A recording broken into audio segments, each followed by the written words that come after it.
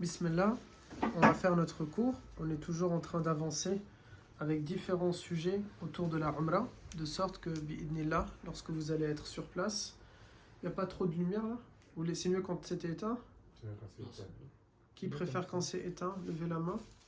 1, 2, 3. Qui préfère comme ça? 4. On laisse comme ça. Toujours avec notre cours,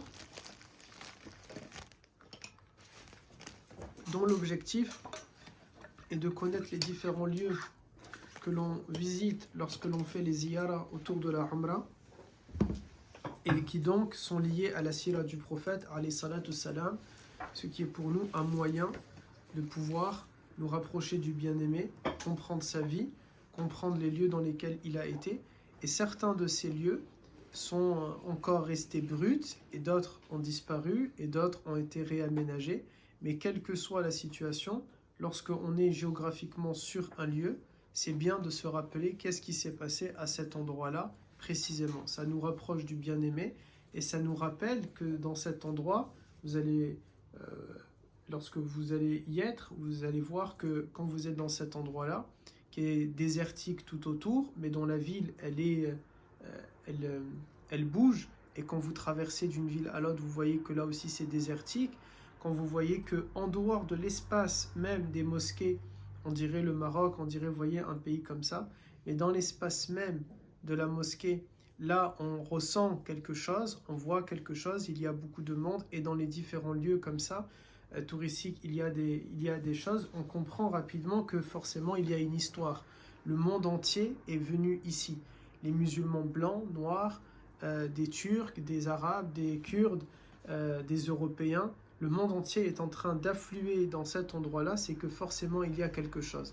Quand je sais l'histoire d'un lieu, je vais plus vivre ce lieu-là. Je vous le dis à chaque fois, et c'est comme ça que vous devez vraiment le voir, parce que forcément, j'ai un sens et je comprends mieux l'événement et je comprends mieux qu'est-ce qui s'est passé. Ça me permet aussi de comprendre à partir de cette petite montagne ou à partir de cette mosquée ou à partir de ce lieu, l'islam, regardez comment il s'est étendu et comment il a traversé les mers, les océans, les montagnes, les plaines, les continents, et maintenant il est dans le monde entier, et ça, tout a démarré à cet endroit-là. Aujourd'hui, ce que l'on va voir, c'est une des mosquées les plus importantes de l'islam, car c'est la première mosquée qui a été construite en islam, et c'est Masjid Quba. Masjid Quba, elle est la première mosquée bâtie par le prophète sallallahu alayhi wa sallam. Le premier temple qui est voué à l'adoration de Allah, ça a été Makka al-Mukarrama, la Kaaba, qui a été construite par les anges avant l'arrivée des hommes sur terre, puis détruite et reconstruite et détruite et reconstruite à plusieurs reprises, dont l'une principalement a été la reconstruction par Ibrahim alayhi salatu salam et son fils Ismaïl, qui est la Kaaba et qui est bien sûr au cœur de la Umrah, puisque c'est l'objet même de notre visite et de notre voyage lorsque l'on veut faire un pèlerinage ou une Umrah. Mais il y a aussi la première mosquée qui a été construite par le prophète sallallahu alayhi wa sallam. Avant de développer sur cette mosquée-là, il y a une mosquée qui s'appelle Masjid Dirar, la mosquée de la discorde. Masjid Dirar qui a été construite par les hypocrites et qui est aussi la première mosquée que le prophète alayhi salam a détruite. La première mosquée que le prophète a construite, elle est toujours visible. La première mosquée qui a été détruite dans l'humanité, elle a été détruite par ordre du prophète, car c'était la mosquée de la discorde, construite par des hypocrites qui ont construit cette mosquée pour se retrouver entre eux et fomenter des coups, des attentats contre le prophète alayhi salatu salam et les musulmans. Masjid Quba, oui. La mosquée de Quba, c'est la première mosquée de l'islam. Oui. Et ça veut dire, avant, quand il y avait des messagers avant le prophète, ils n'ont jamais fait une Non, mosquée. il n'y avait pas de mosquée. Il y avait des temples d'adoration, mais c'est pas masjid, ça s'appelait pas des mosquées. C'est quoi la différence? Mathalan, quand on regarde avec les temples à l'époque de Moussa alayhi salam,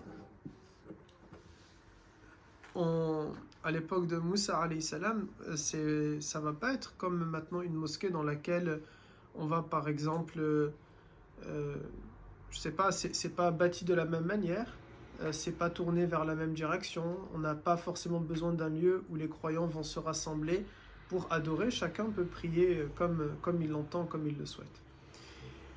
La première donc mosquée construite par le prophète alayhi salatu wassalam. Vous pouvez répéter le nom de la mosquée? Oui, Quba.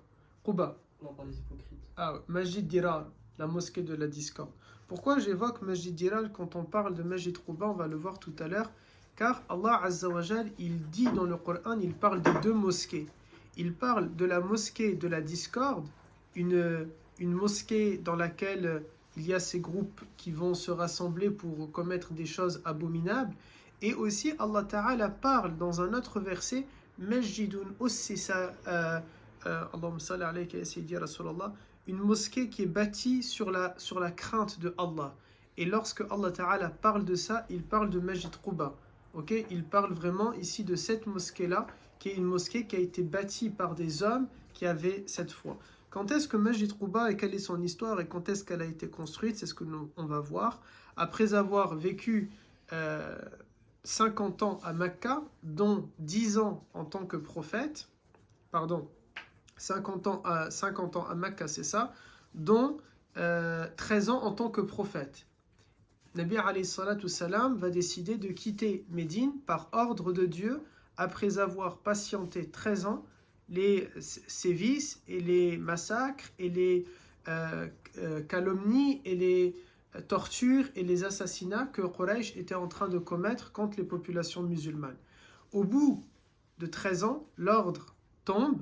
Muhammad sallallahu alayhi wa sallam et l'ensemble de la communauté musulmane ne doit plus rester vivre à Médine, à Mecca. C'est un ordre, c'est pas une possibilité de partir, ça devient un ordre. Tous les compagnons qui peuvent le faire parce qu'ils ont la capacité physique doivent le faire, et tous ceux qui ont l'argent parce que c'est avec leurs propres moyens. Les musulmans n'ont pas une caisse sociale, dans laquelle ils vont financer le voyage. Il n'y a pas un car, il n'y a pas un Flixbus que Anas il a l'habitude de prendre. Non, là c'est chacun par ses propres moyens, il doit s'en aller. Et il va le faire comment? Dans la discrétion, parce que sinon il va être attrapé, parce que bien sûr Quraysh ne veut pas les faire partir. Et regardez l'incohérence, Quraysh ne veut pas que les musulmans soient musulmans, mais ils ne veulent pas non plus les laisser partir pour vivre leur religion et leur liberté de culte. Ils veulent qu'ils restent avec eux, tout en leur imposant leur idéologie et leur manière de penser, qui est autocrate, barbare, etc. etc. Enfin, les compagnons, ils doivent donc tous partir discrètement, et ça va prendre bien sûr plusieurs semaines, jusqu'au moment où Nabi alayhi salam, il va être parmi les derniers, le dernier homme d'ailleurs, à quitter Mecca. Le lieu où il va partir avec son compagnon qui est Abu Bakr, on le visitera, Inch'Allah Ta'ala, ceux parmi vous qui un jour feront la Umrah avec moi. Ayoub, quand il va être majeur, Inch'Allah, il est déjà majeur. Non, il n'est pas majeur. Quand il sera majeur, Inch'Allah Ta'ala, et les autres, bi'idhnillah, un jour aussi, Anas par exemple, etc. C'est ce lieu-là exactement, une mosquée est construite aujourd'hui. Elle est à peu près à 20 minutes à pied de la mosquée de Mecca, et on l'appelle Masjid Hijra, la mosquée de la Hijra. C'est le lieu exact, mes garçons, à partir duquel le prophète va démarrer son hégire, va démarrer son voyage. Et ça, c'est quelque chose qui est beau, n'est-ce pas, de se dire c'est dans cet endroit. Cette mosquée, bien sûr, elle a évolué parce qu'elle est fréquentée par des gens, donc c'est un bâtiment, mais elle n'a pas les strass et les paillettes, si on peut le dire comme ça, des autres mosquées comme Mecca et Medina. Elle ne brille pas, vous voyez, elle n'a pas d'or, elle n'a pas de rubis. Elle reste une mosquée brute que vous pouvez trouver dans un quartier populaire au Maroc, par exemple, vous voyez. Elle est comme ça un peu populaire, et d'ailleurs elle est dans un quartier qui est très populaire, dans un quartier dans lequel on dit en général quand tu veux partir prier, c'est mieux de mettre tes chaussures dans ton sac et de rentrer avec ton sac à l'intérieur. Parce que si tu vas sortir, tu n'es pas sûr de le trouver. Masjid al-Hijra, c'est là où on voit que beaucoup, ils sont eux-mêmes censés plutôt s'en aller, vous voyez, de cette religion, à quelques mètres de la mosquée, de là où le prophète alayhi salam a fait son hégire. Il va partir à Médine, on passe tous les détails de pourquoi Médine, etc., parce qu'on va rester concentré sur Quba. Et lorsque le prophète sallallahu alayhi wa sallam, il va donc traverser pendant une semaine entière ce désert qui sépare Mecca jusqu'à Médine, il le fait à pied. Rappelez-vous, quand le prophète va faire, longtemps à l'avance, il a préparé, mes garçons, le voyage. Il n'a pas simplement dit « Atawakkal ala Allah », j'ai confiance en Allah. Qu'est-ce qu'il va faire parmi les préparations? Qui peut me dire si vous avez suivi mes cours de Sira ou bien aussi si vous vous rappelez le livre des mères des croyants. Nabi alayhi salam, il va choisir un guide dans le désert, Suraqa ibn Malik. Pardon, c'est pas Suraqa ibn Malik, mais il va choisir un guide dans le désert qui va leur indiquer le chemin. Il dit pas je marche et j'ai confiance en Allah. Non, il prend un guide, ok? Il va prendre un guide avec lui pour lui indiquer quelle route il est censé prendre. Deuxième chose, la route principale pour aller à Médine, elle est comme ça. Lui, il va faire, donc imaginez Makka, il est devant, et c'est juste en face, ok? Là où tu regardes, juste en face de toi, on va dire c'est Al-Madina. Eh bien, le prophète va faire un chemin arrière par le dos, et ensuite il fait tout un tour par la droite, ok? Jusqu'à arriver. Il ne prend pas the mainstream, ok? The main street. Il ne prend pas le véritable chemin pour atteindre Médine. Pourquoi? Parce que forcément, il va être recherché sur cette route-là. Il va y avoir des checkpoints. Ils vont vérifier qui est-ce que c'est le prophète, alayhi salam. Ok? Il n'est pas encore en train de dire quoi? Je suis Rasulallah, alors je peux marcher, je n'ai pas de problème. Non. Il va préparer son voyage. Ça nous montre, mes garçons, c'est quoi la force de sabab dans l'islam, les causes. Je n'ai pas le droit simplement de dire j'ai confiance en Allah, mais je dois faire des causes. Et ça nous rappelle le jour où je pars à Mecca, le jour où je suis à Al-Madina. En y allant, je me rappelle, moi aussi, je dois faire des causes. Et en y allant, je me rappelle la dureté aussi. Maintenant, si cette ville, elle est illuminée, et si maintenant, il y a tant de musulmans, je me rappelle parce que mon prophète a fait des causes. Et si je veux marcher sur la sunna, mes garçons, et si je veux ressembler au prophète, alors c'est pas simplement je vais boire en 3 fois ma gorgée d'eau, ok? Mais c'est également de me souvenir, il a fait toutes les causes. Qu'est-ce qu'il fait d'autre? Il a chargé Asma, la fille de Abu Bakr, c'est elle qui va leur ramener la nourriture quand ils vont se cacher. Ils vont se cacher dans une grotte, la grotte de Thaul, qui est située vers là, ok? Pendant 3 jours avant de partir, le temps que la tension, elle baisse. Et quand Asma, elle va venir ramener la nourriture 2 fois par jour ou 1 fois par jour, elle va être suivie par un berger qu'il a sélectionné avec un grand troupeau pour effacer les traces de pieds. Il a chargé le fils de Abu Bakr, Abdurrahman, d'écouter les informations, d'allumer BFM et CNews, et d'écouter ce qui se raconte auprès de Quraysh. Parce que pourquoi ce compagnon-là? Car il est enfant, il a à peu près 10 ans, et donc personne ne va prêter attention sur lui. Il l'envoie et il est en train d'écouter les informations, d'espionner, et ensuite il va lui aussi venir jusqu'à le prophète alayhi salam, et lui aussi suivi par ce berger avec son troupeau qui faisait ses allers-retours pour effacer le plus possible les traces. Et Nabi alayhi salam, il va charger de provisions également. Abu Bakr, longtemps à l'avance, il est en train de charger des provisions dans 2 chameaux jusqu'au jour J où il faut partir. Au moins il sait, ça y est, tout est prêt et on va pouvoir s'en aller. C'est ça qu'on doit se rappeler lorsque je marche sur les pas du prophète. Je me rappelle que c'est un homme qui a tout entrepris et qui a pris toutes les précautions. Jusqu'à dans le chemin, qu'est-ce qu'il va se passer? Il va tomber sur Suraqa ibn Malik, qui était un guide expert, le meilleur des guides pour repérer. Les gens disaient de lui, il est capable même de trouver la trace d'un oiseau. Donc, c'est-à-dire, il ne marche pas l'oiseau, mais il est capable de repérer sa trace par rapport à qu'est-ce qu'il va mettre comme défection, etc., etc. Dans la route, il tombe sur Suraqa ibn Malik. Suraqa ibn Malik, il voit le prophète et Abu Bakr au loin. Ok? Et avant tout ça, aussi, rappelez-vous dans les livres des mères des croyants, le prophète, quand il va rejoindre Abu Bakr, il va sortir en plein milieu de la journée quand le soleil tape fort pour ne pas être repéré. Il va être enturbané, il va cacher, il va se masquer. Comme ça, on ne le repère pas. Allez, regardez l'ensemble des précautions qu'il a pris, alayhi salatu salam. Et sur le chemin, il tombe donc sur Suraqa ibn Malik, qui le voit de loin. Suraqa veut foncer sur le prophète et son cheval le fait tomber. Suraqa remonte et de nouveau il tombe. Et là, Suraqa, c'est un bon cavalier. Il n'est jamais lui tombé à cheval. Et il comprend que cet homme est protégé par ce que Suraqa appelle une force qui est supérieure.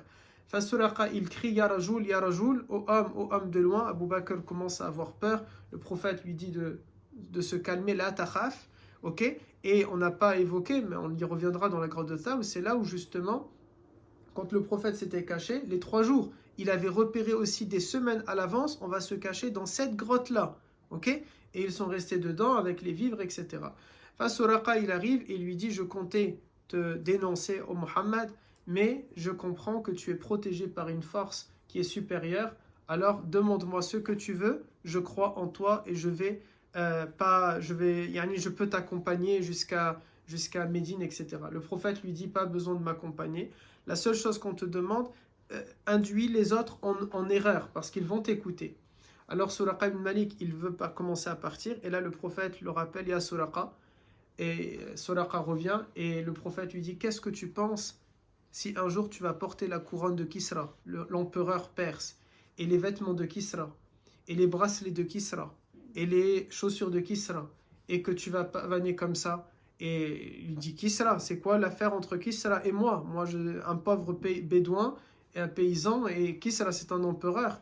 Et le prophète lui annonce une prophétie qui va se réaliser après la mort du prophète, après la mort de Abu Bakr, environ 6-7 ans après la mort du prophète, quand la Perse devient musulmane et que les musulmans rentrent dans le palais de Kisra, ils prennent tout le butin et ils l'amènent à Omar ibn al-Khattab. Omar, il se rappelle de ce hadith-là, que tout le monde après a raconté, quand Suraqa est devenu compagnon, tout le monde racontait, le prophète lui a promis qu'un jour il va porter les habits de Kisra. Mais pour eux, comment c'est possible? Imaginez, c'est comme si on vous annonce, tu vas être assis sur le siège du bureau ovale. Je ne suis pas américain, comment c'est possible de rentrer dans le bureau ovale et d'être assis derrière le bureau ovale? C'est quelque chose d'inimaginable, impensable, c'est pas possible. Même si je veux faire de la politique, je ne suis pas américain, donc comment c'est possible?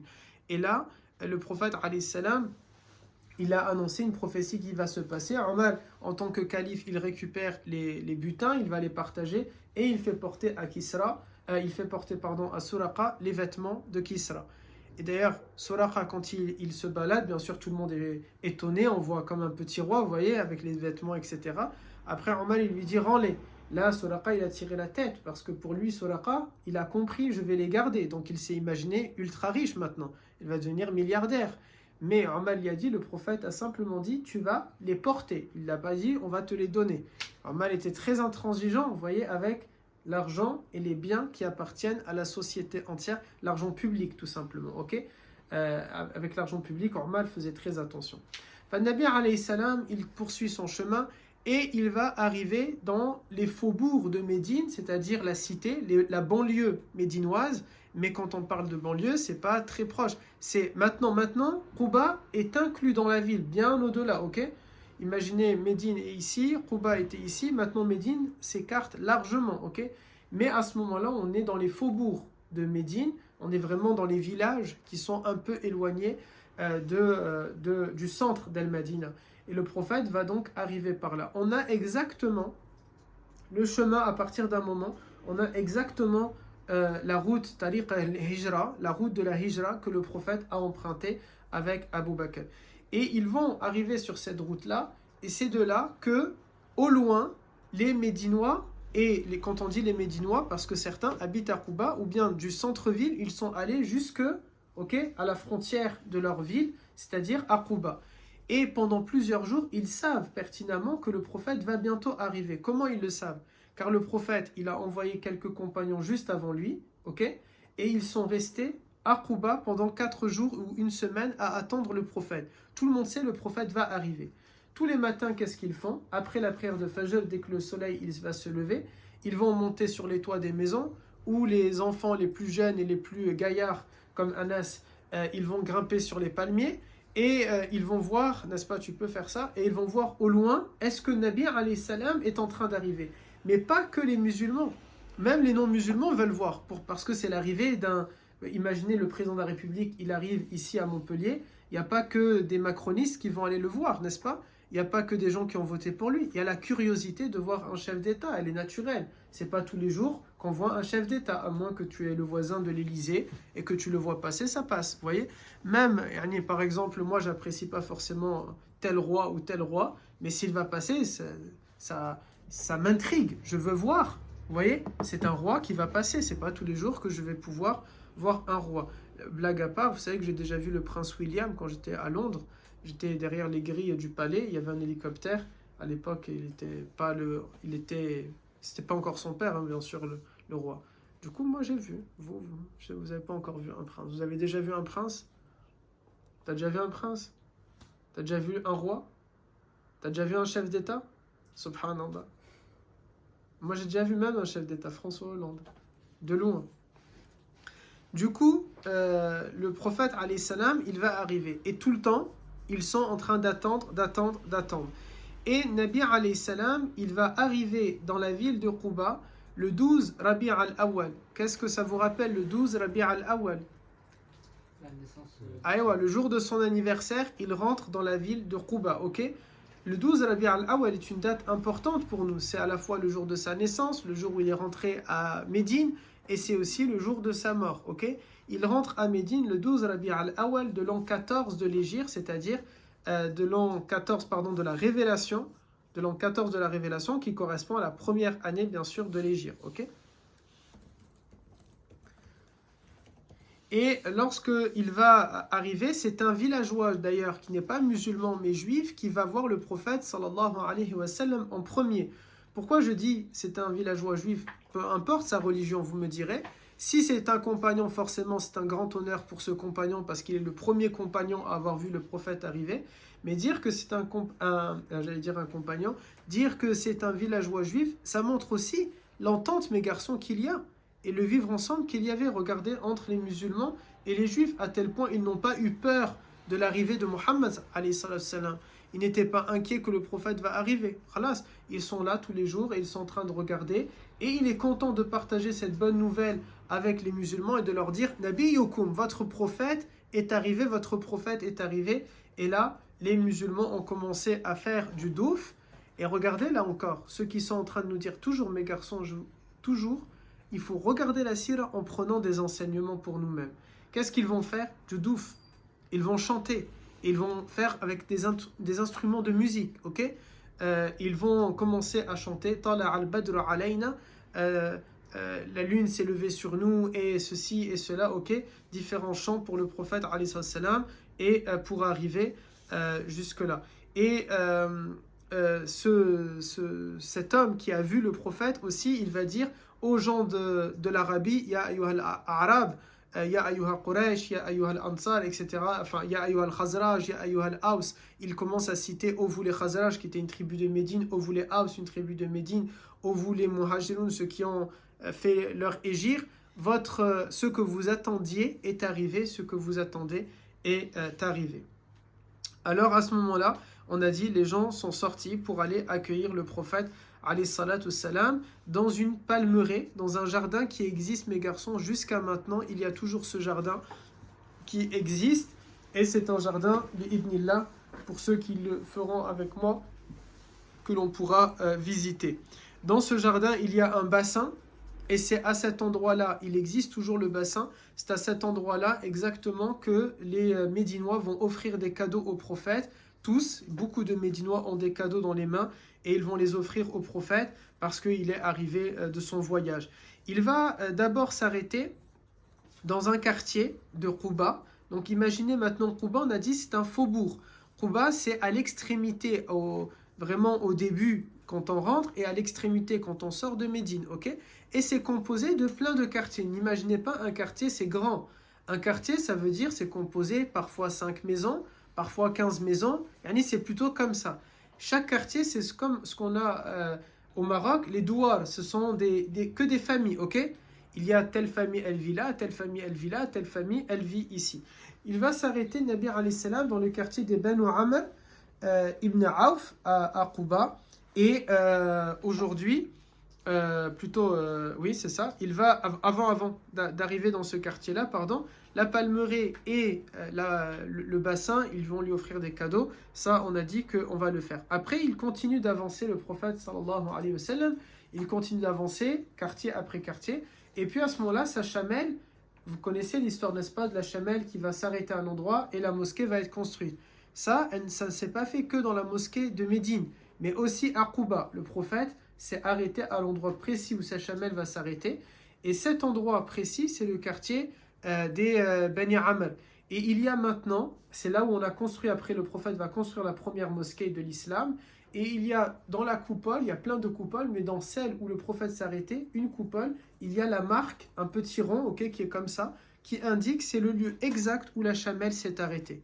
Du vivant du prophète, on a planté quelque chose pour savoir que c'est à cet endroit, symboliquement pour s'en rappeler, ok. C'était facile, pourquoi? Parce que c'est le quartier d'une famille, et donc cette famille-là, forcément, elle va planter. Rappelez-vous qu'est-ce que je vous ai toujours dit. ils étaient au point, les compagnons, si la salive du prophète sort, ils vont mettre les mains, de récolter sa sueur.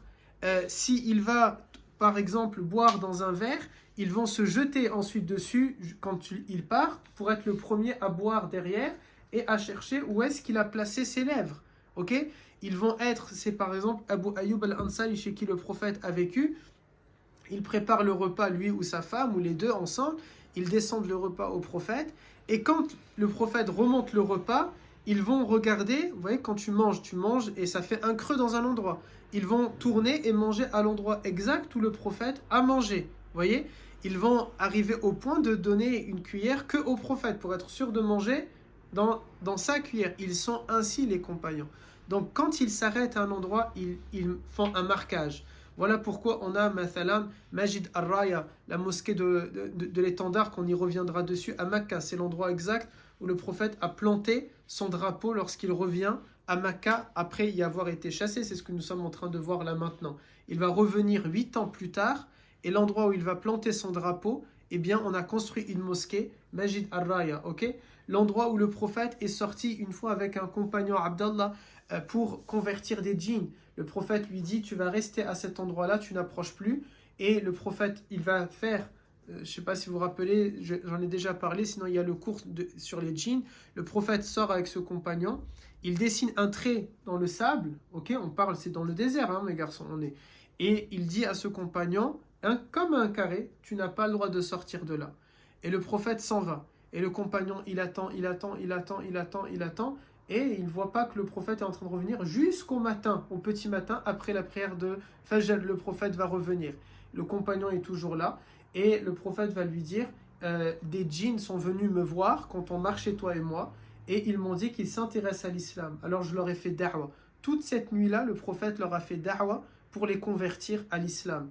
Et ils se sont ensuite convertis à l'islam. Et bien l'endroit exact où ils ont rencontré le prophète, il y a maintenant une mosquée, Masjid al-Jinn, la mosquée des djinns. C'est dans cet endroit, l'espace. Cette mosquée, elle est récente maintenant, pas très récente, mais l'espace que c'est, ok, cette mosquée-là, elle est à quoi? Elle est à 600 mètres de la Kaaba. Donc les gens, généralement, ils ne prient pas dedans. Ils vont aller prier à Makkah. Malgré que tu peux avoir 100 000, c'est pas tu peux. Il y a 100 000 valeurs aussi dans cette mosquée-là. Et les gens, parfois, ils vont passer, ils ne savent pas ça. Et même si maintenant elle est récente avec de la peinture, etc., elle n'est pas bling-bling par contre comme mosquée, mais elle est récente. Malgré qu'elle est récente, l'espace qu'elle a, c'est l'espace où le prophète est assis avec, comment le dire, si le prophète avait eu besoin de 4000 mètres carrés, cette mosquée ferait aujourd'hui 4000 mètres carrés. L'espace qu'elle est, c'est l'espace où les djinns étaient présents. Et là, on voit encore plus la symbolique, vous voyez? Ils étaient contenus dans cet endroit-là, dans cet espace-là. Quand je rentre dedans et que je suis en train de prier, réellement, cet espace que ma thalin, si ça fait la taille de mon salon, je dois le voir comme ça. Ok, il y a un nouveau tapis, ok, il y a un nouveau lustre, ok, il y a des peintures fraîches, mais j'oublie ça. Cet espace-là, c'est l'espace qui contenait les djinns. Les djinns, mes garçons, ils font pas 30 mètres de hauteur. Ils sont comme toi et comme moi. Il y a des gros, il y a des maigres, il y a des grands, il y a des petits, il y a des blancs, il y a des autres couleurs, il y en a de tout, ok? Mais ils nous ressemblent. La seule différence, c'est que c'est des esprits. C'est pas comme toi et comme moi. C'est la seule différence, c'est que il n'y a pas de chair contrairement à nous, ok? Dans cette mosquée-là, et médite, bien sûr, si un jour, Inch'Allah Ta'ala, tu viens avec moi, t'as pas à t'inquiéter. Les djinns ne peuvent pas rentrer en toi, ici. Alors Masjid al-Jinn, les femmes ne peuvent pas y aller, c'est que les hommes maintenant, c'est comme c'est une petite mosquée, ils permettent que aux hommes. Alors pour revenir à Masjid Quba, le prophète sa chamelle s'arrête et il va dire ici nous allons construire la première mosquée de l'islam et cette première mosquée, elle va être, alhamdulillah, construite. Elle a tellement de valeur, mes garçons, cette première mosquée. Elle n'est pas comme la première mosquée, le premier lieu saint de l'islam, c'est Makkah, le deuxième Al-Madina, le troisième Masjid al-Aqsa. C'est pas un lieu saint en soi, ok? Mais c'est la première mosquée construite. Quelle est la récompense pour celui qui va prier là-bas? Nabi sallallahu alayhi wa sallam a dit, Man tawadda, celui qui va faire celui qui va faire ses ablutions chez lui, pour vous et moi maintenant c'est l'autel. quand je suis dans un hôtel, dans un Airbnb, c'est chez moi. Je suis en train, ok, j'ai payé pour être là, même si j'ai été invité, ça reste ma maison, ok, mon lieu de résidence. Eh bien, celui qui va faire ses ablutions chez lui et il va prier à Masjid Quba, même n'importe laquelle des prières, que ce soit Tahiyat al-Masjid pour saluer la mosquée, que ce soit une prière obligatoire, que ce soit une prière sunnah, que ce soit un rattrapage de prière, peu importe qu'est-ce que tu es en train de faire, ça vaut quoi? Une umrah. Ça vaut réellement une umrah, mes garçons. Quand on dit ça, vous ne devez pas penser que non, c'est pas la même umrah parce que je n'ai pas fait les actes physiques là. Dans la récompense, tu viens d'obtenir une umrah, le fait de l'avoir fait. Tu as une umrah. De la même manière que si tu vas rester réveillé de Fajr jusqu'à Shuruq, jusqu'au lever du soleil, et tu es en adoration, en train de réciter notamment le Coran, parce que tu ne peux pas faire de prière dans ce temps-là dans tous les cas, donc uniquement dhikr au Coran, c'est la récompense d'une umrah également. Vous voyez? Ça n'enlève pas l'obligation de faire la umrah au moins une fois dans sa vie, ça ne l'enlève pas, mais ça, cette récompense-là. De la même manière que si jamais je suis en train de faire une umrah pendant Ramadan, c'est comme avoir fait un hajj avec le prophète, sans avoir checké la case, l'obligation de faire le pèlerinage. Ok? Mais la récompense y est. Il y a checké et il y a le fait de la récompense. Nabi sallallahu alayhi wa sallam, qu'est-ce que l'on peut dire encore? Aïwa, quand il est arrivé et les musulmans ont commencé à saluer Abu Bakr et non pas le prophète alayhi salatu salam. Pourquoi? Parce que Abu Bakr, il paraissait plus jeune que le prophète, ok? Et plus vieux que le prophète, alors que c'est l'inverse, c'est le prophète qui est plus âgé que Abu Bakr. Et ils ont donc confondu en pensant que c'est Abu Bakr le prophète autour de ce bassin-là, et donc ils ont commencé à vouloir lui embrasser la main ou l'épaule ou la tête, à lui offrir les cadeaux, alors que bien sûr lui il est gêné, ok, parce que c'est pas lui le prophète, alayhi salatu salam, ils les ont confondus entre les deux. Et c'est là où quand Abu Bakr il va voir qu'il commence à s'approcher de lui et à le confondre, il va prendre son manteau, ok, il se détache de son manteau et il le met sur la tête du prophète pour le protéger du soleil, de manière à montrer j'ai plus de respect pour lui. Donc, yani, c'est lui le messager de Dieu, ok? Il est Rasulallah alayhi salatu salam. Et qu'est-ce que l'on peut dire aussi? Tac. Khalas, tout simplement c'est ça. Parce que beaucoup des cheveux de Abu Bakr étaient blancs, c'est pour ça d'ailleurs qu'ils ont confondu. Ensuite, il faut savoir aussi, lorsque le prophète alayhi salam il avait quitté Makkah pour aller à Médine, souvenez-vous, il a laissé derrière lui, qui, allongé dans son lit, qui va rendre les dépôts des gens qui lui ont confié, y compris les non-musulmans, qui avaient pris le prophète comme une banque, ok, comme un dépôt de confiance auprès de qui on va, une consigne des dépôts, ça s'appelle, vous voyez, on lui laisse des biens. Il va laisser Ali, ok, Ali va rester allongé. Et Ali, lorsqu'il sort et que Quraysh se rend compte que ce n'est pas le prophète, bon, ils vont être un peu dégoûtés, mais ils ne vont pas oser toucher à Ali parce qu'il a tout un clan derrière lui, les Banu Hashim, qui vont le protéger. Et Ali n'est pas le prophète, ils n'ont pas une haine contre Ali comme ils en avaient une contre le prophète. Ali va ensuite partir rejoindre le prophète et le prophète, par amour pour son compagnon et aussi par reconnaissance des risques que Ali a fait, il va décider de rester à Quba jusqu'à que Ali va arriver. Ils vont rester le temps de construire la mosquée, le temps de donner des cours, d'enseigner, de récupérer l'allégeance que les compagnons ou les compagnons vont faire au prophète, etc. Ok, la vie va se faire autour de Quba. Et il va dormir pendant une semaine à Quba, dans la maison d'un compagnon. J'ai oublié son prénom, mais ça va me revenir peut-être tout à l'heure. Cette maison, elle existe jusqu'à maintenant. Elle existe jusqu'à maintenant, mais aux dernières nouvelles, lorsque je suis parti, c'était avec le bassin et la palmeraie que je vous ai dit, totalement encerclé par des barrières. Je ne sais pas, est-ce qu'ils sont en train de le rénover ou est-ce qu'ils comptent détruire pour construire des hôtels, etc. Allahu a'lam, ok? Mais en tout cas, si jamais ils ne vont pas la détruire et simplement la rénover, vous allez donc voir la maison de ce compagnon, ok, dans laquelle le prophète alayhi salam est resté. Quand je dis la maison, elle n'est pas montée. Elle a été bien sûr avec le temps détruite, mais vous avez les ruines des pierres. Par exemple, vous avez des pierres qui montent jusqu'ici. D'autres, elles vont monter jusqu'au tableau. D'autres, à l'endroit c'est facile. Mais du coup, on a le carré comment la maison était. Vous voyez les ruines. Moi, je trouve ça, c'est encore plus beau que si elle serait restée intacte.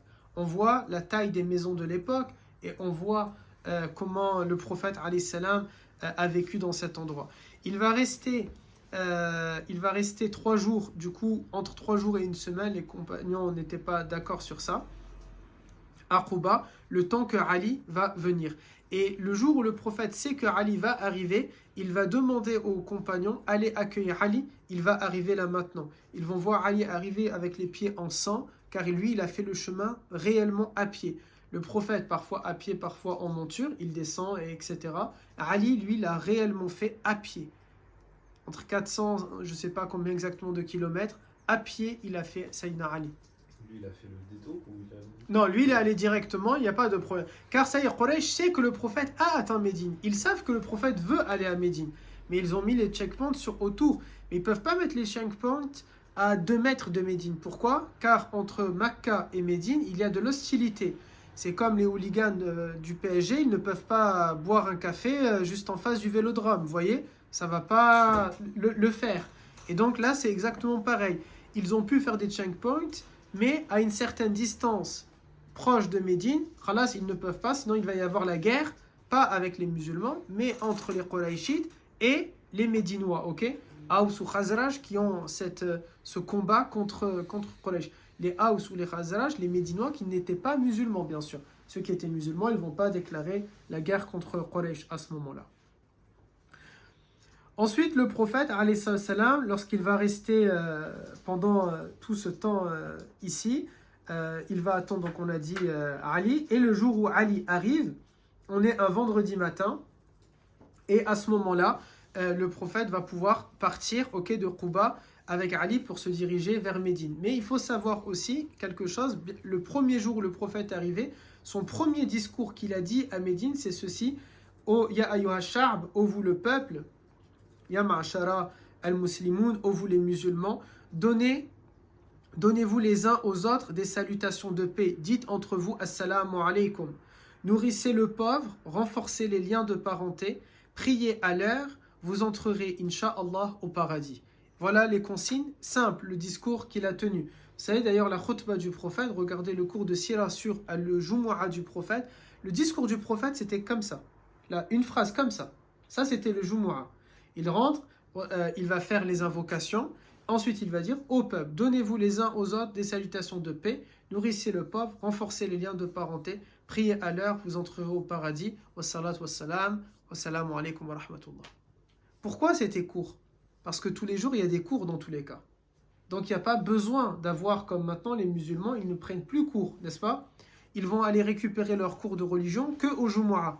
Alors, autant il va durer, autant c'est mieux pour la communauté parce qu'elle a besoin d'être formée.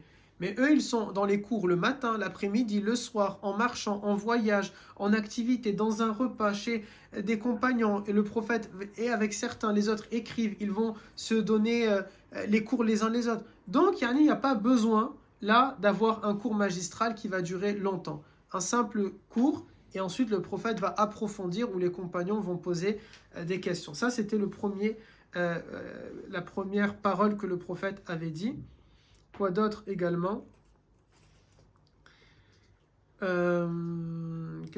Dites-moi si vous avez des questions, mes garçons.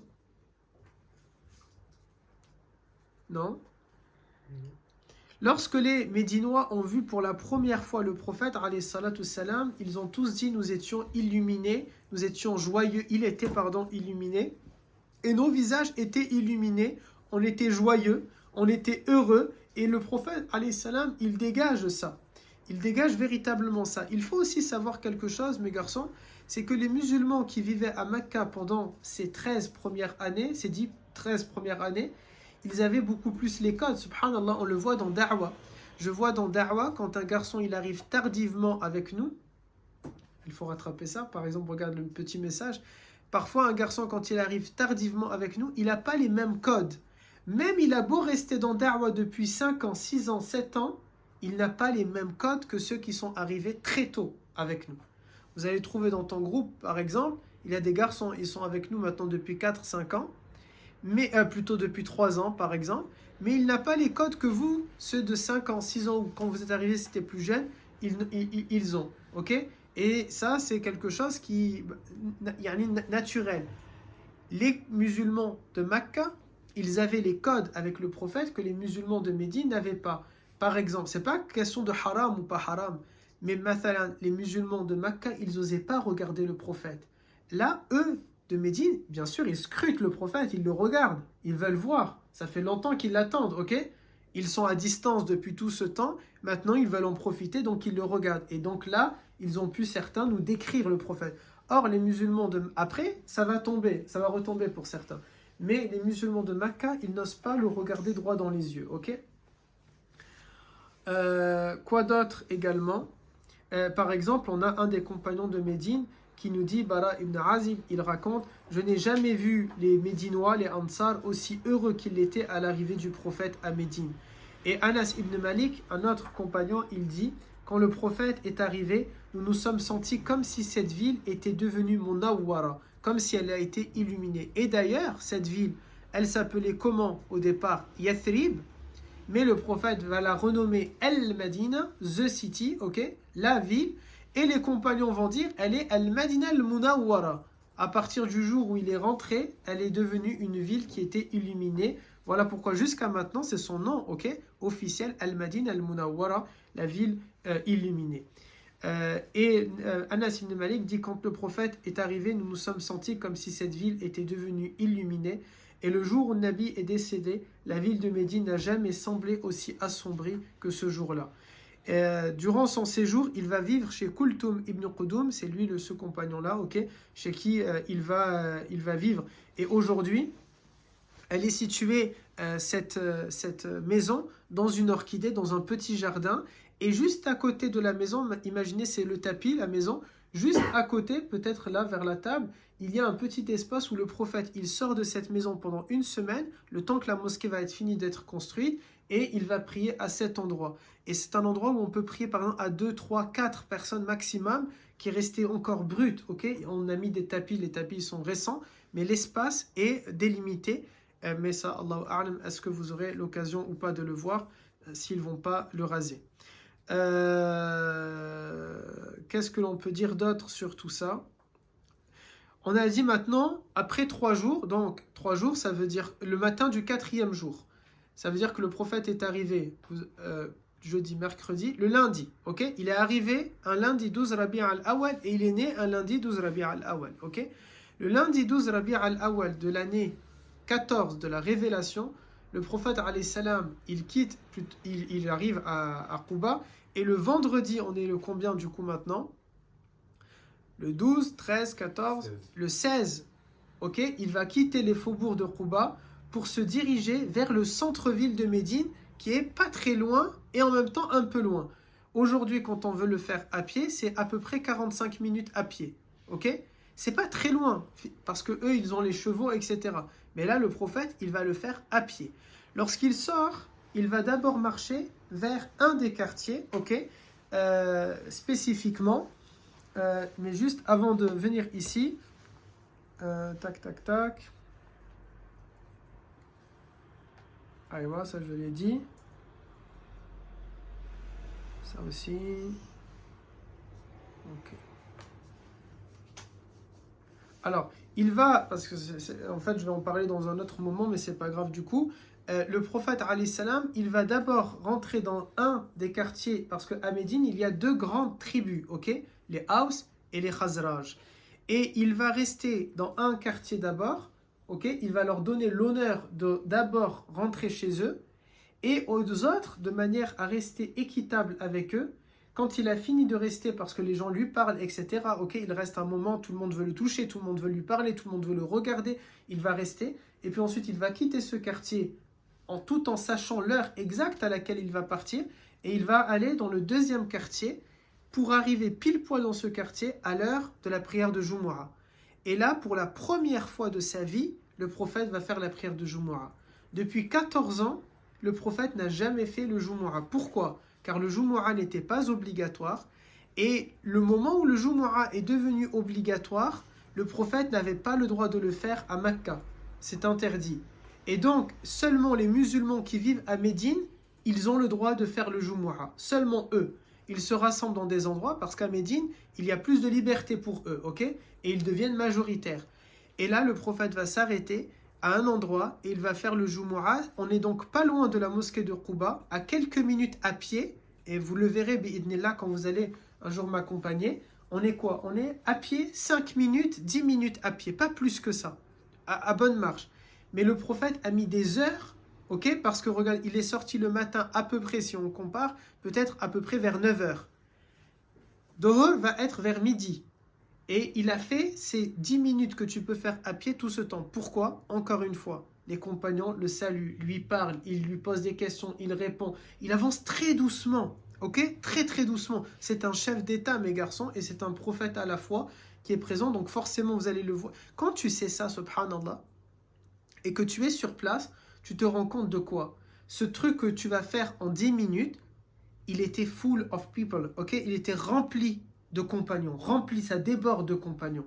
Toi maintenant, tu peux marcher, tu es à l'aise, c'est très vaste. Mais quand tu sais ça, et Inch'Allah Ta'ala, bien sûr, j'espère que vous allez de vous-même vous rappeler ce genre de récit, et le jour où on est ensemble, moi je vais essayer de vous le faire rappeler, et peut-être de vous-même, de me dire, Oustaz, je me rappelle il y a longtemps, vous m'avez dit, il y a plusieurs temps, vous nous avez raconté, est-ce que c'est là où tout ça était rempli de gens jusqu'à arriver à Masjid al-Jumu'ah, jusqu'à la mosquée, parce qu'on a construit une mosquée dessus. Tous les endroits où le prophète est resté un jour, les compagnons derrière, ils ont construit une mosquée pour se rappeler de lui. Et ils ont construit une mosquée, ils l'ont appelée comment? Masjid al-Jumu'ah, la mosquée du vendredi. Car c'est l'endroit exact où le prophète a fait pour la première fois de sa vie al-Jumu'ah. Ok? Yes. Ça s'appelle comment? C'est lequel quartier du coup des deux? Dans le quartier, Wallah, j'ai oublié, mais je vais te dire ça maintenant. Je vais te le dire de suite.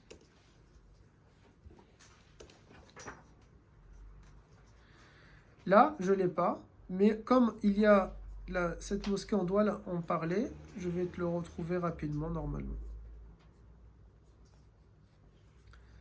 Tac, tac, tac.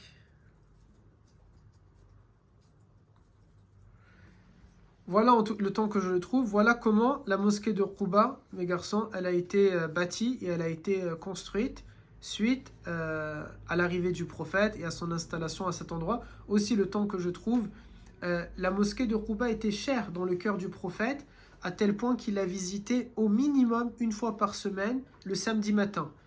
Minimum, mais ça pouvait lui arriver de la visiter plus qu'une fois par semaine, mais au minimum une fois par semaine. Et les compagnons nous disaient, l'un des deux allées qu'il faisait, il était en monture, et ici il part à dos de cheval, il revient à pied. Et s'il va partir à pied, il revient à dos de cheval ou de chameau, etc. Si Ayoub, Galta, un jour tu viens, on fait l'aller, le retour à pied, Inch'Allah. Non, on part en bus et on rentre à pied, Inch'Allah. Je n'ai pas la mosquée de Jumu'ah, mon grand, mais elle est dans votre programme. Et du coup, quand on sera dans le programme, on va pouvoir savoir exactement, Inch'Allah. Okay. Ah, elle est là. Masjid al-Jumu'ah, oui. Quand le prophète il voulait aller à Masjid de Quba, et après il s'est arrêté pour faire le Jumu'ah, c'est ça? Aïwa. C'est-à-dire qu'il n'avait pas eu. Enfin, de base, il voulait vraiment aller à Quba ou juste. Ah non, il est arrivé à Quba le lundi 12 Rabi' al-Awwal. Il reste à Quba une semaine ou 4 jours, etc. Okay, on n'est pas vraiment, les compagnons ne savent pas exactement. Okay, il va rester à cet endroit-là pendant ce temps-là. Okay, et le vendredi matin ou le samedi matin, en fonction à ce qu'il est resté tant de jours ou tant de jours, il sort de Quba. Okay, imaginez maintenant Quba, c'est le bloc. Okay, c'est la résidence. La résidence, Quba, c'est pas grand. Il dort chez un compagnon, c'est en face, ok, chez le voisin. Ici, il va construire la mosquée de Quba. Ok, c'est là l'endroit où il s'est arrêté.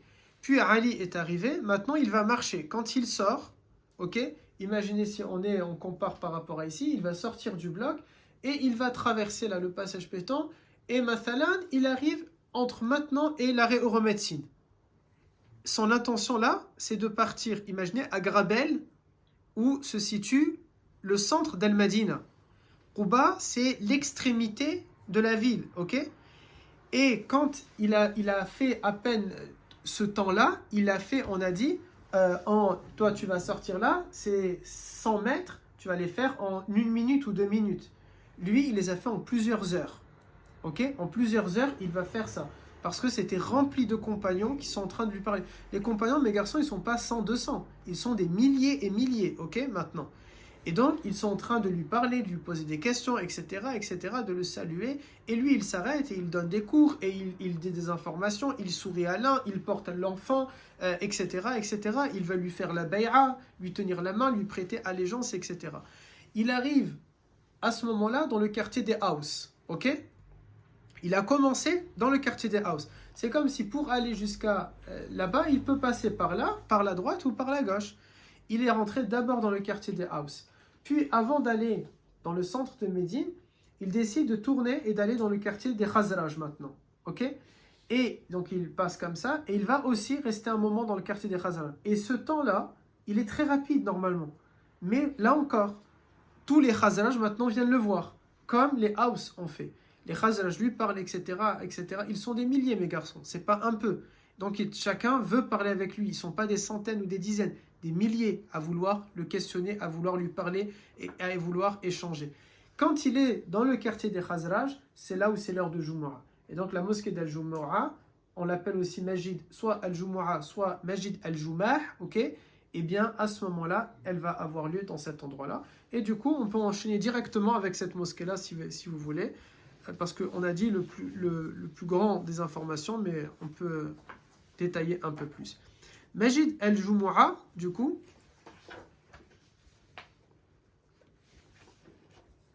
c'est comme si ça sera un autre épisode, Majid al-Jumu'ah. En un cours, on aura fait 2 épisodes.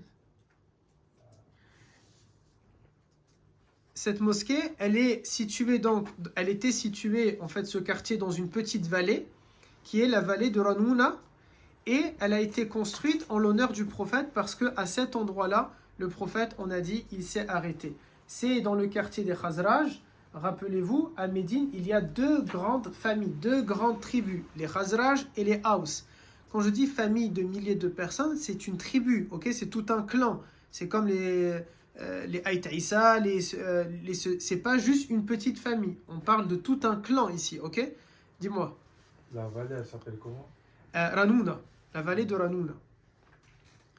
Et du coup, le prophète, alayhi salam, il va faire 500 mètres entre le quartier des Haus et le quartier des Khazraj. Il va rester plusieurs heures à faire ça.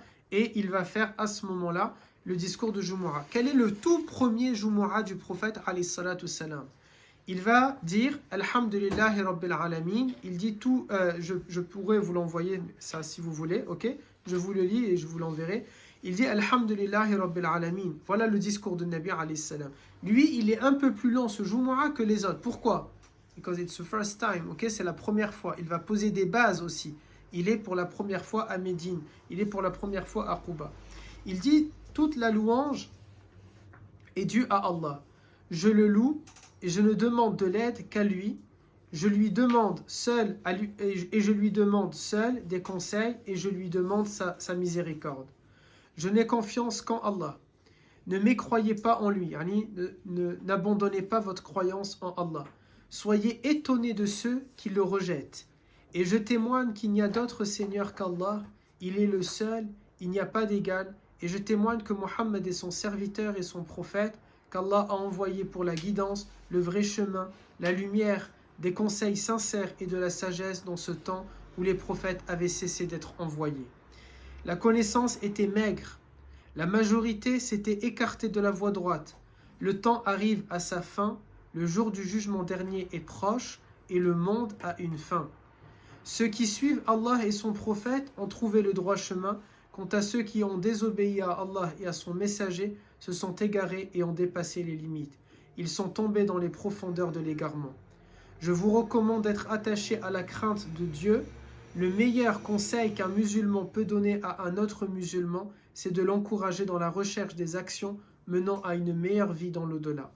Aussi qu'il l'encourage à s'accrocher sur le chemin de la crainte d'Allah, de craindre Allah de la manière dont il nous a demandé de le craindre, car La meilleure façon d'atteindre les choses que vous désirez dans l'au-delà, c'est de le craindre. Quiconque perfectionne sa relation avec Allah dans sa vie publique comme en privé, première condition, qu'il n'entreprend que ce qu'il plaît à Allah, ne sera pas oublié et il sera honoré dans ce monde. Cela l'aidera à sa mort et cela l'aidera le jour où il sera dans le plus grand besoin de bonnes actions.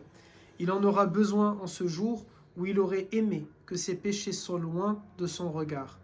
Allah vous demande de le craindre et il est miséricordieux envers ses serviteurs. Il est le Créateur qui parle avec vérité et qui tient ses engagements qui ne peuvent être brisés. Oui, Allah a dit « Rien ne peut être changé devant moi et je ne suis pas injuste pour l'humanité. » Et ensuite, wassalamu alaikum wa rahmatullah. En un discours, le prophète parle de la fin des temps, de la mort, des péchés, de la crainte en Allah, de la aqidah, des piliers de l'islam. Il va parler du bon comportement, de ce que les musulmans doivent faire vis-à-vis des autres, les appeler au bien et leur interdire le blâmable, qu'on a déjà vu, al-amr bil ma'ruf wa nahi anil munkar.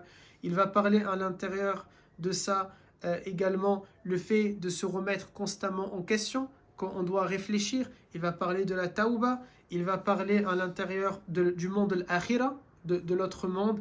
Il va parler de al-mizan, de la balance. Il va parler des bonnes actions et des mauvaises actions. Il parle de sirat al-mustaqim, du droit chemin. Il parle, voilà comment le prophète, il parle bien sûr de sa prophétie, et de la véracité de son message. Voilà comment le prophète, alayhi salam. Et il nous parle aussi de comment, c'est quoi la manière de se comporter avec ceux qui ne croient pas. Il dit simplement, vous devriez être étonnés, ni dans le rejet, ni dans ceci, ni dans cela. Lorsqu'il dit ça, vous devriez être simplement étonnés. Et il rappelle, attention à ceux qui ont reçu un message, lui, alayhi salam, qui est venu maintenant avec des miracles et qui va leur prouver d'autres miracles, et puis après, ils vont abandonner cette voie-là, alors qu'ils ont vu la réalité et la vérité. Voilà, le prophète, alayhi salam, il va dire ça. Et ensuite, le prophète va se lever et il va poursuivre son chemin qui va prendre aussi plusieurs heures jusqu'à arriver à Médine pour y construire sa mosquée. Mais ça, on y reviendra dessus. Juste en face de Majid al-Jumu'ah, il y a une maison, celle d'un compagnon qui s'appelle Itban ibn Malik. Et c'est dans cette maison que Omar ibn al-Khattab a vécu pendant un certain temps. Il n'habitait pas, vous voyez, dans le centre-ville, lui. Il a vécu à cet endroit, dans Bayt Itman ibn Malik. Qu'est-ce que j'allais dire? Il a vécu dedans. Pourquoi? Parce que le prophète, alayhi salam, lorsqu'il va arriver à Médine, il va faire la fraternité. Il prend un musulman de Makka et il prend un musulman de Médine. Là, je vous invite, s'il vous plaît, à regarder le cours de Sira, la fraternisation, ou plutôt l'arrivée à Médine, ce que le prophète a fait, toute cette période-là. Le prophète va instaurer trois choses à son arrivée à Médine. Il va instaurer un marché économique, il va instaurer la constitution qui protège la liberté de culte pour tous, mes garçons. Dans la constitution, il reconnaît les communautés juives qui vivent, les trois communautés juives qui vivent dans Médine, plus une qui est à l'écart à Khaybar. Il leur reconnaît leurs droits de culte et il les inclut dans sa umma, dans la communauté nationale. Il les inclut, ça c'est la constitution, c'est son héritage, alayhi salatu salam. Et il va aussi mettre en place la fraternisation, c'est-à-dire tout simplement, il va prendre un musulman de la Mecque qui est venu immigrer à Médine et un musulman qui habite à Médine, et il va dire maintenant vous êtes des frères. Et le musulman de Médine, qu'est-ce qu'il va faire? Il va vraiment le considérer comme son frère, au point qu'il va prendre sa richesse, il la divise en deux. Imaginez, c'est comme maintenant, mathalan, demain on va ouvrir un centre, mais idnillah, je ne sais pas à quel endroit, tant mieux pour vous si c'est à Genève, tant pis pour vous si c'est à Ouarzazate, et on va dire, vous allez partager, ou ils vont partager, si c'est ceux de Genève, ils partagent leur richesse en deux avec vous. Il prend ce qu'il y a dans le compte, il le divise en deux, il ne chipote pas, il ne parle pas. Anas, il ne va pas dire, mais j'ai des factures, mais ceci, il ne va pas dire, mais j'ai des réparations à faire. L'autre, Anas, va dire, oui, mais en fait, je dois prendre... Non, aucun d'entre eux ne va parler. C'est pas 10%, c'est 50%. Ils prennent, ils divisent. Le logement, s'il a 2 étages, un étage, il lui cède la propriété. Y compris, parce qu'il faut en parler, parce que peut-être vous allez l'entendre, y compris ceux qui avaient 2 épouses, ils vont demander, bien sûr, attention, ils demandent à leur épouse, ils les rassemblent, ceux qui avaient, c'est plus maintenant, on peut plus, mais eux, on restitue une réalité historique, ok? Quelque chose qui s'est véritablement passé. Comme les rois avaient plusieurs épouses, à cette époque-là, qu'on le veuille ou non, ils avaient plusieurs épouses, c'était comme ça. Et qu'est-ce qu'ils vont faire? Ils vont dire à leurs épouses, si l'une d'entre vous, elle veut divorcer et se marier avec un Mécois, je la divorce. Et dans 3 mois et 10 jours, elle va se marier avec un Mécois. Ok? Donc vraiment, c'était de cette manière-là que c'était en train de faire. Rares étaient les compagnons qui n'ont pas accepté. Par exemple, un compagnon, on y reviendra un jour dessus, lui, il a refusé. Quand le prophète lui a mis la fraternité, il accepte la fraternité, mais il a dit à son frère de Médinois, je veux rien. Je veux juste que tu me montres où est le marché. Il l'a emmené au marché et il est parti au marché pas pour faire des achats, ok, comme ça, pour se balader, non. Il achète, il avait un peu d'argent sur lui, il a acheté des produits et il les a revendus et voilà, il a monté son business. Jusqu'à ce qu'il est devenu l'un des compagnons les plus riches chez les compagnons. L'un des plus riches, ok. Et au contraire, c'est lui après, il va aider son frère médinois. Voilà comment ils étaient. Jusqu'à ce que le prophète va, au bout d'un moment, dire qu'ils ne peuvent plus hériter les uns des autres, mais même pendant une période, ils pouvaient hériter les uns des autres. C'était vraiment comme un vrai frère de sang, ok? Il devient un véritable héritier à ce moment-là. Eh bien, Omar ibn al-Khattab, il a été fraternisé avec le compagnon qui est Itban ibn Malik. Et je suis en train de penser, tout à l'heure déjà, tu avais une question et je ne t'ai pas interrogé. Dis-moi. Est-ce que c'est les deux personnes qui doivent partager 50% de leur Non. capital? Uniquement le Médinois, il doit partager. Pourquoi? Car les Mécois, ils ont tout laissé derrière eux. Ils sont partis, n'oubliez pas, en cachette, le soir, avec que le minimum vital qu'ils vont pouvoir avoir avec eux. Les Médinois ont partagé 50%. Et plus que ça, à chaque fois qu'il y a eu des combats, des guerres, et qu'il y avait le butin de guerre, ils n'avaient pas le droit, les Médinois, de toucher au butin. Uniquement partagé entre les Mécois, car un jour, ils ont perdu. Regardez l'équité du prophète. Il a été de cette manière-là. Et qu'est-ce qu'il a donné en échange aux Médinois? Il leur a dit, si vous voulez les richesses, on va partager avec vous. Mais vous pouvez avoir quelque chose de meilleur auprès d'Allah, le messager de Dieu à vos côtés. Et c'est eux, ils ont choisi les Ansar par démocratie, à l'unanimité, ils ont préféré le prophète. Voilà pourquoi après, qu'est-ce qu'il va leur dire? Ana minkum wa antum minni. Moi, je vous appartiens et vous m'appartenez. Et jamais on va se séparer. Et ma vie, c'est votre vie, et ma mort, c'est votre mort. Je vais vivre avec vous et je vais mourir ici. Et en effet, Nabi alayhi salam a été enterré à Al-Madin al-Munawwara. Et il a fait dua pour les gens de Médine comme il n'a pas fait pour d'autres gens. À tel point, même y compris maintenant chez les Saoudiens, vous trouvez, ils ont un sale comportement certain. Mais les Médinois, subhanallah, ils ont quelque chose de différent. Et vous allez le ressentir par vous-même quand vous allez être là-bas. Les Saoudiens médinois, ils sont différents des Saoudiens mécois. Très différents. Ils ne sont pas du tout pareils.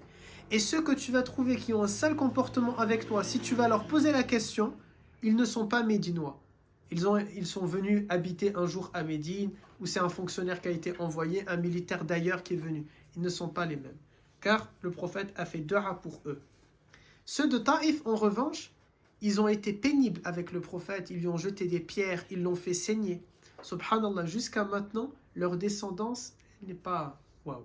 Ils sont rudes, méchants, et ils te font sentir les choses. Yani, c'est pas... Voilà pourquoi généralement les gens, quand ils partent là-bas, ils ne visitent pas Taïf. Parce que tu as une mauvaise expérience après. Subhanallah. Comment... Yani, parce que le prophète a été mal reçu par eux, c'est resté jusqu'à dans leur descendance. Regardez, c'est resté de cette manière-là. Alors Omar ibn al-Khattab a vécu avec Itban ibn Malik, puisque cette fraternité, elle voulait dire quoi aussi? Il les accueillait chez eux. Si on ne peut pas partager le logement, ils vont vivre chez eux, ok? Jusqu'à ce qu'ils vont se refaire une petite santé financière. Et ce compagnon-là, Itban ibn Malik, il était très investi avec le prophète, il était très souvent avec le prophète, alayhi salatu salam. Et à un moment donné, ce compagnon, Itban ibn Malik, il va se plaindre au prophète en lui disant comme quoi sa vue, elle a baissé avec le temps. T'as pas pensé à la question de tout à l'heure? Si, c'était... Dis-moi, avant que je dise la suite de l'histoire. Quand le prophète est arrivé à Kouba, il était resté combien de temps chez un compagnon? À peu près une semaine, au maximum une semaine. Au maximum. Alors, Itban ibn Malik, qui est donc le frère de Omar, frère dans le sens, la fraternisation que le prophète a mis en place, ok? Il va à ce moment-là,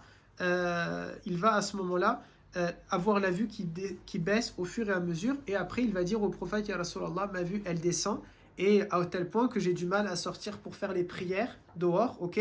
J'ai du mal à faire ça. Et qu'est-ce qui va se passer? Le prophète Itban ibn Malik, il va dire au prophète, ça me fait de la peine de ne pas pouvoir aller jusqu'à la mosquée. La mosquée à ce moment-là, vous verrez le trajet, c'est pas la mosquée de Quba qui est juste à côté, ok?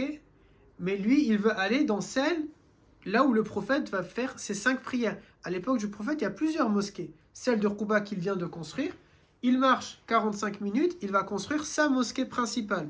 Et vous verrez, il y a plein d'autres mosquées un peu partout, ok? Parce que tout le monde ne va pas, des milliers de gens, ils ne vont pas arriver et prier dans une seule mosquée, ok? Il faut que ce soit proche. Mais ce compagnon, qu'est-ce qu'il veut faire? Souvent, il veut aller jusqu'à là où il y a le prophète, alayhi salam, pour pouvoir prier. Et sa vue, elle descend, il ne peut pas, il n'y a pas les lumières extérieures, et donc il va dire au prophète, ça me fait de la peine que je ne peux pas prier là où toi tu es en train de prier. Qu'est-ce que le prophète va faire? Il va rentrer chez Itban ibn Malik, et il va faire des prières à l'intérieur, plusieurs salawats, pour lui montrer la valeur, et là Itban, il va choisir l'endroit exact où le prophète se prosterne dans cette maison-là, et ça va devenir sa musalla, son lieu de prière. Et puis avec le temps, que vont faire les compagnons à votre avis? Une mosquée va être construite. Mais cette mosquée-là, elle a été détruite l'année dernière. Une toute petite mosquée c'était, toute petite. La taille de la maison de Itban. Et pourquoi ils l'ont détruite? Va savoir. Ils disent que parce que les musulmans du monde entier, quand ils partent là-bas, ensuite on adore cet endroit-là au lieu d'adorer Allah. Alors ils préfèrent le raser, comme ça on ne tombe pas dans le shirk. Et ils nous aiment tellement, ils veulent se retrouver avec nous au paradis, qu'ils font attention à notre aqidah, à ce point-là, tu vois. Ils sont sympas, masha'Allah. Là où toi, tu t'en fous totalement d'eux. Ils détruisent. Va savoir pourquoi. Subhanallah. Peut-être il l'a détruit et demain, on va y aller et ils l'auront reconstruite. Peut-être, tu vois, ça, je sais pas. Alors voilà, pour les deux, aujourd'hui, on a vu Masjid Quba, la première mosquée construite, et Masjid al-Jumu'ah, la première mosquée dans laquelle, le premier lieu dans lequel le prophète a prié Salat al-Jumu'ah. Et aussi Masjid Itban ibn Malik, mais qui n'existe plus maintenant, qui est le lieu dans lequel le prophète a prié pour faciliter la vie à ce compagnon dont la vue était en train de descendre. Imaginez si on le remet dans le contexte maintenant. Imaginez un chef d'État, il y a un citoyen qui lui dit, un fonctionnaire qui est au service de... Un compagnon, c'est comme un fonctionnaire, il est au service de l'État, vous voyez? Et il dit, ma vue, elle baisse, j'ai de la difficulté pour sortir. Et le chef d'État, il va dire, ok, il va venir, il va lui faire toutes les choses, il va entreprendre. Et imaginez, il n'y a pas de chef d'État, très rare le genre de chef d'État qui vont être de cette manière-là. C'est très très rare. Prenez la chancelière allemande, mes garçons, tu peux la trouver dans son quartier. Tu la trouves, elle va avec son caddie, elle est à Carrefour et elle fait ses courses. Vous voyez? C'est elle choisit ce qu'elle va manger, etc. Elle fait ses... Ça, c'est la classe, non? Voilà, c'est vraiment la classe. Quand le président des États-Unis, Obama, il est parti en Allemagne pour la voir, elle lui a proposé d'aller manger dans un endroit où elle a l'habitude d'aller manger un kebab turc. Elle s'est assise, tu les vois les deux, ils sont en train de manger un kebab. L'homme le plus puissant du monde avec la femme la plus importante de l'Union européenne, en train de se taper un kebab. Pas pour les caméras, hein. Non, elle a ses habitudes là-bas. Elle a déjà l'habitude. Elle ne commande pas Uber, elle va directement sur place et elle mange. Avec un minimum de sécurité, pas tant. Et on voit, c'est un autre délire, un autre concept. Vous avez, je crois c'est en Norvège, les ministres, ils prennent le métro. Ils viennent au travail, au ministère en vélo. C'est incroyable, wallah. Bon, pour nous ici, il vaut mieux pas, parce qu'il n'y a pas trop de sécurité. Mais là-bas, c'est un autre délire, un autre concept. Le prophète était de cette manière-là. Le prophète était un pionnier dans ce sens-là. Est-ce que vous avez des questions, mes garçons, avant qu'on clôture sur ça?